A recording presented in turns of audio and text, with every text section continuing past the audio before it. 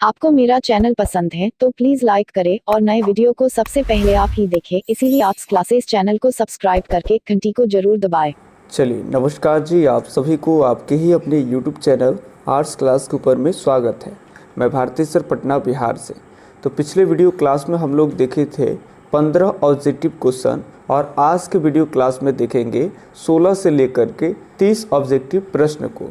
तो ये जो चैप्टर है 12th क्लास का जो पॉलिटिकल साइंस है उसके चैप्टर नए पाठ्यक्रम के अकॉर्डिंग NCERT का चैप्टर 2 है और पुराने पाठ्यक्रम के अकॉर्डिंग बताएं तो चैप्टर 4 है। बाकी सारा कुछ सेम ही है, कुछ बदला नहीं है, कंटेंट में कोई बदलाव नहीं। तो चलिए 16 नंबर प्रश्न देखिए, आज का शुरू करते हैं।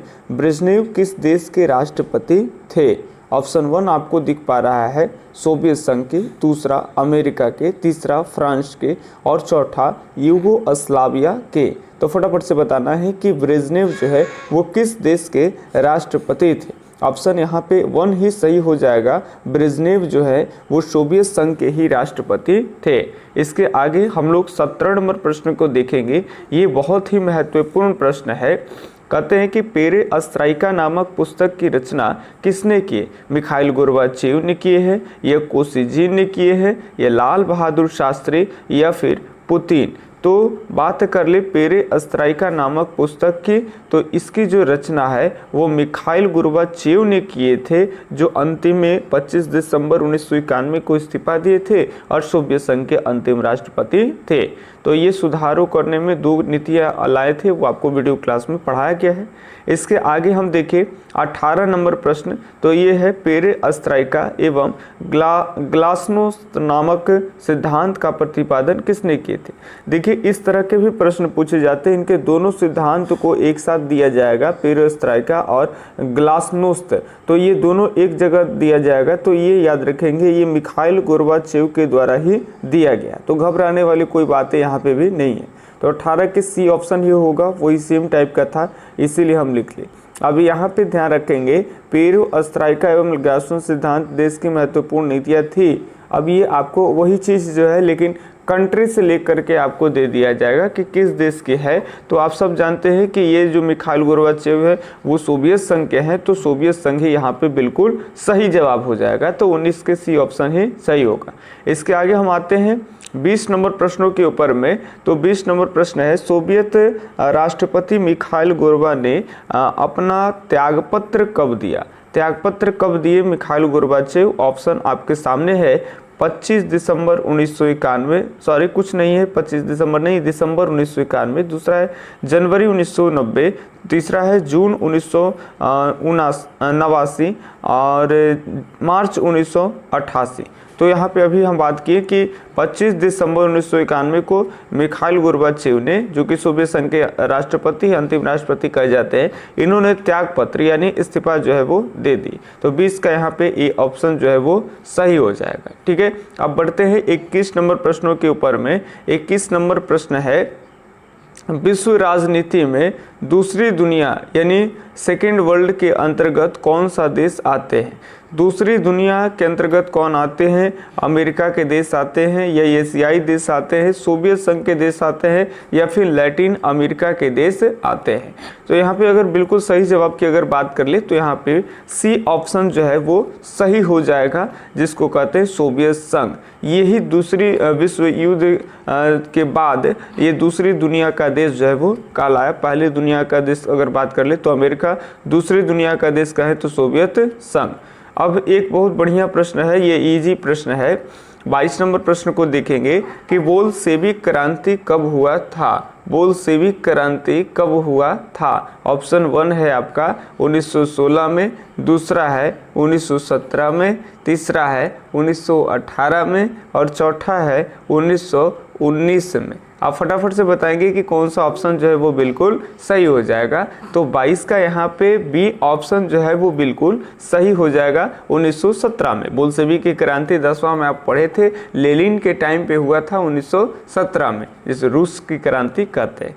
चलिए 22 हो गया आपका। अब ये 23 नंबर प्रश्न को देखेंगे। सभी प्रश्न केवल आपको एक बार देखना है ताकि आपको ये लगे कि चैप्टर पढ़ने के बाद हमसे ये प्रश्न बनते हैं कि नहीं, और जो कुछ आपका डाउट होता है वो हम यहाँ सही आंसर लगा रहे हैं। शायद आप महसूस करिएगा कि अरे यार एक गलती हो गया, ये होगा वो होगा, तो वैसे अभ्यास करिएगा तो फिर इस पर आपका बेहतरीन पकड़ होगा।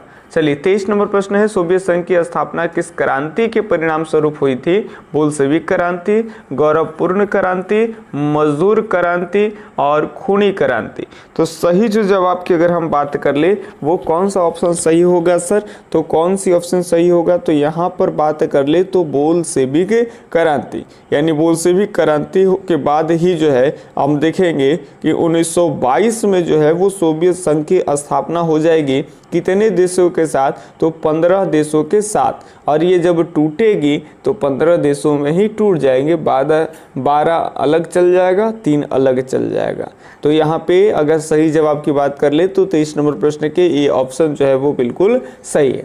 अब 24 नंबर प्रश्न को देखेंगे तो 24 नंबर प्रश्न है कि मिखाइल गोर्बाचेव कब सोवियत संघ के राष्ट्रपति बने? अब ये राष्ट्रपति बनने से बात आ गई कि कब वो राष्ट्रपति बने हैं। तो ऑप्शन 1 है आपका 1985 ईस्वी, दूसरा है 1991 ईस्वी में, तीसरा है 1927 ईस्वी में 27 ईस्वी और चौथा है 1994 ईस्वी। तो अगर गोर्बाचेव की बात कर ले तो गोर्बाचेव का जो शासन काल रहा है वो 1985 से लेकर करके और 1991 तक। अब ये चीज़ें हम आपको पढ़ाए होंगे, अगर नहीं भी पढ़ाए होंगे तो कोई दिक्कत नहीं। देखिए कुछ चीज़ें जो छोड़ते हैं लेकिन अगर उनसे भी प्रश्न आते हैं तो हम आपको पीडीएफ के में सब्जेक्टिव के रूप में ज़रूर डालते हैं, कुछ ऑब्जेक्टिव के रूप में भी डालते हैं और कुछ जो है आपको हम सब्जेक्टिव के रूप में भी डालते हैं। तो अगर जो बच्चे अभी तक पीडीएफ नहीं लिए हैं तो ऑब्जेक्टिव और सब्जेक्टिव का आपका जो भी पेपर है उन सबका पीडीएफ हमारे हिसाब से ले लेना चाहिए। 99 रुपया इसकी राशि है। बहुत सारे इसमें बहुत सारे जो चीज़ें हैं हम आपको एकदम बेहतरीन ढंग से ऑब्जेक्टिव और सब्जेक्टिव जो है वो दे देते हैं। इसके बाद जो बोर्ड की जो सीमाएं हैं वो ख़त्म हो जाती है, तो आपको काफ़ी नॉलेज भी होगा उससे। और उसके बाद जब पीडीएफ लेकर के एक एक चीज़ों को शुद्धता से लिखिएगा तो आपको शुद्धता से आपको उसकी जानकारी होगी और फिर आपके बोर्ड के हिसाब से पकड़ हो जाएगा। यहाँ पे देख लिए कि सही जो जवाब हो जाएगा आपका मिखाइल गोर्बाचेव सोवियत संघ के राष्ट्रपति बने थे, तो ए ऑप्शन 1985 में।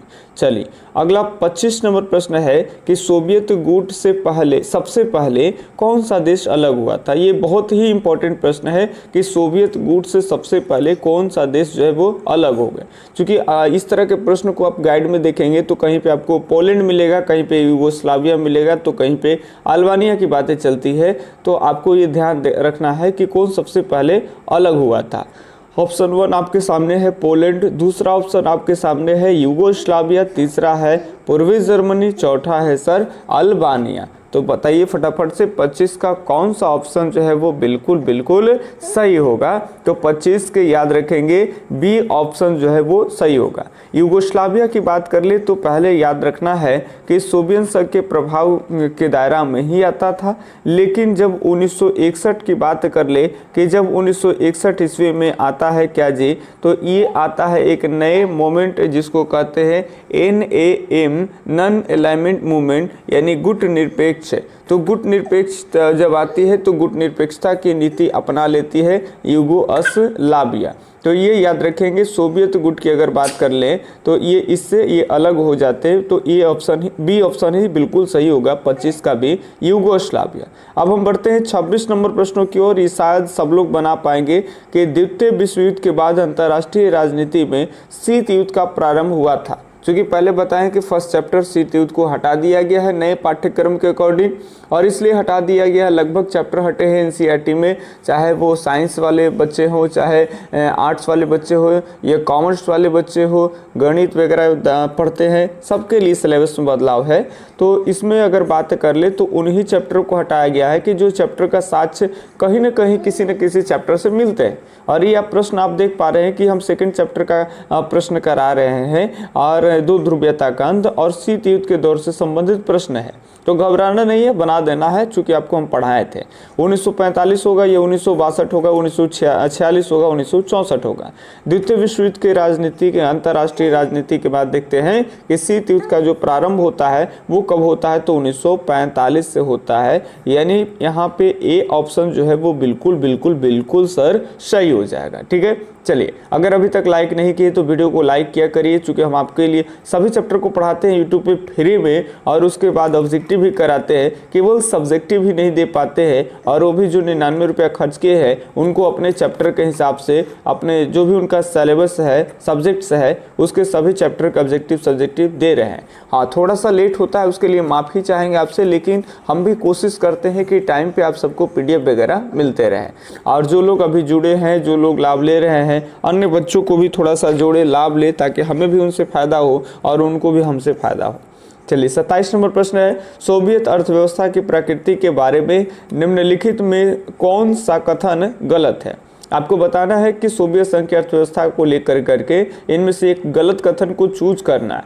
ऑप्शन 1 थोड़ा देखिए जनाब, सोवियत अर्थव्यवस्था में समाजवाद प्रभावी विचारधारा थी। बिल्कुल सही बात है कि सोवियत अर्थव्यवस्था जो है USSR में वो समाजवाद की विचारधारा थी, तो ये ऑप्शन तो सही है। आपको चूज क्या करना है, तो गलत लाइन को, यानी कथन जो होना चाहिए वो आपका गलत होना चाहिए।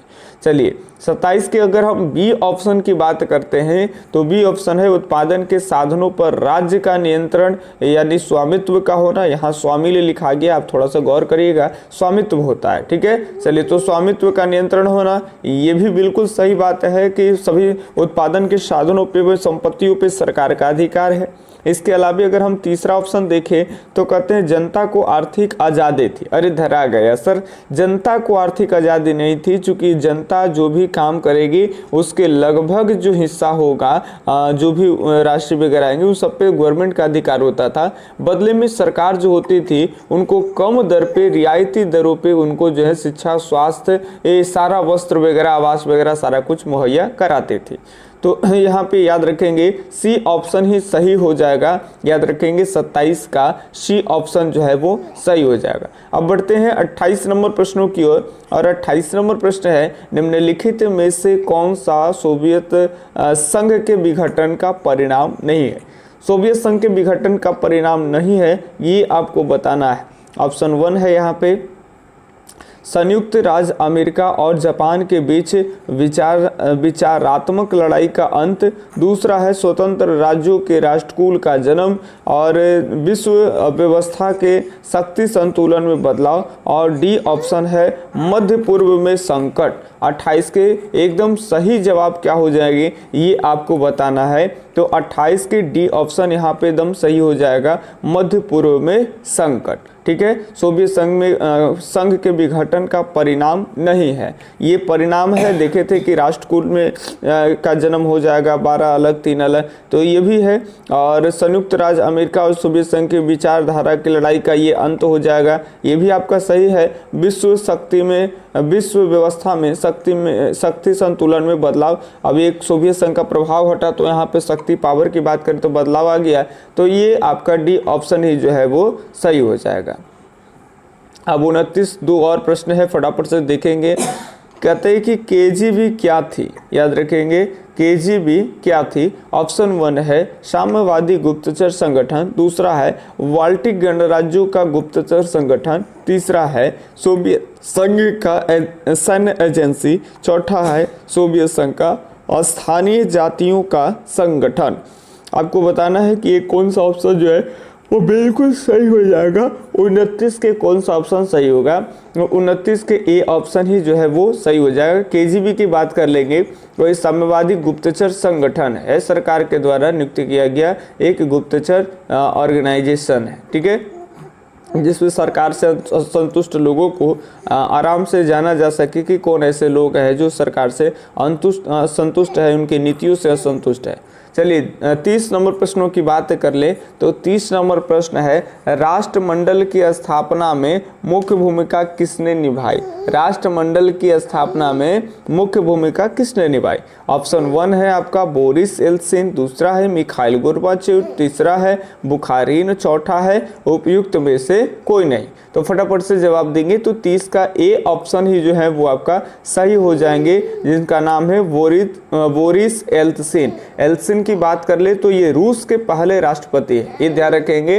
अगर सोवियत संघ की बात कर लेंगे तो सोवियत संघ के अंतिम राष्ट्रपति हैं मिखाइल गोर्बाचेव। अब सोवियत संघ का जब विघटन हो जाएगा तो उससे टूट करके एक नया राष्ट्र बन जाएगा जिसको कहते हैं रूस। और लगभग जो सोवियत संघ के हस्ताक्षर हुई थी जिस जिन संधियों पे, वो सारी संधियों की जो जिम्मेवारी है वो रूस पे आ जाती है, और रूस वेटो पावर वाला। चलिए तो 30 नंबर प्रश्न देखें।